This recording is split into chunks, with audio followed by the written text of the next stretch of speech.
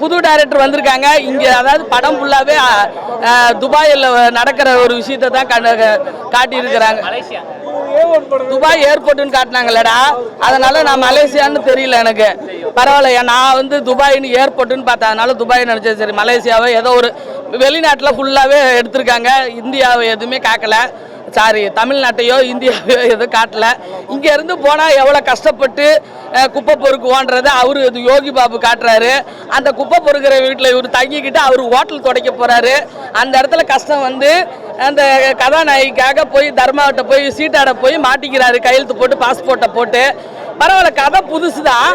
அந்த சுவாரஸ்யத்தோட கொஞ்சம் ஒரு 75% எடுத்திருக்காரு ஆறுமுககுமார். இருந்தாலும் நம்ம படம் பார்க்கறதுக்கு தான் எடுத்திருக்காங்க. அதை வந்து சிறப்பாக அண்ணனோட மனித நேயத்துக்கு மக்கள் செல்வன், ஓகேவா, யார் எப்போ எங்கே போனாலும் அவரோட இமோஷனல் இருக்குல்ல, சுகந்தியோட இமோஷனலும் அண்ணனோட இமோஷனலும் ஒன்றும் இல்லையா, அந்த அன்புக்காக சுகந்தி வந்தேன்.